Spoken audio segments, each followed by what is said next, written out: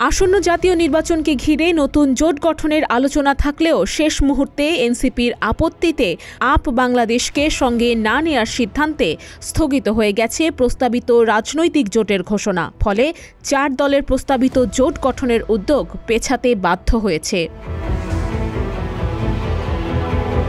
বৃহস্পতিবার সকালে শহীদ আবু সাইদ কনভেনশনে নতুন জোটের আত্মপ্রকাশ নিয়ে বৈঠক হওয়ার কথা থাকলেও সকালে সেটি স্থগিত করা হয়। জানা গেছে, জাতীয় নাগরিক পার্টি, আমার বাংলাদেশ পার্টি, বাংলাদেশ রাষ্ট্র সংস্কার আন্দোলন, ইউনাইটেড পিপলস বাংলাদেশ এই 4 দল নিয়ে নতুন জোটের আত্মপ্রকাশের কথা ছিল। তবে সে বৈঠক ভেস্তে গেছে।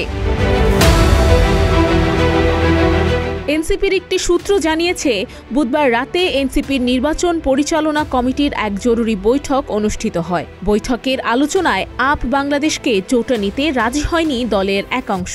এদিকে ইউনাইটেড পিপলস বাংলাদেশের আহ্বায়ক আলী আহসান জুনায়েদ গণমাধ্যমে বলেন, এনসিপির আপ বাংলাদেশকে নিয়ে জোট করতে না চাওয়ার বিষয়টি তাদেরকে এখনও আনুষ্ঠানিকভাবে জানানো হয়নি।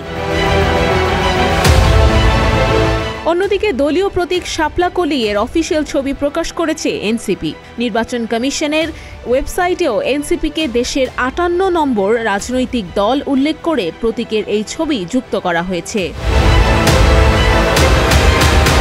ডেস্ক রিপোর্ট, প্রতিদিনের বাংলাদেশ।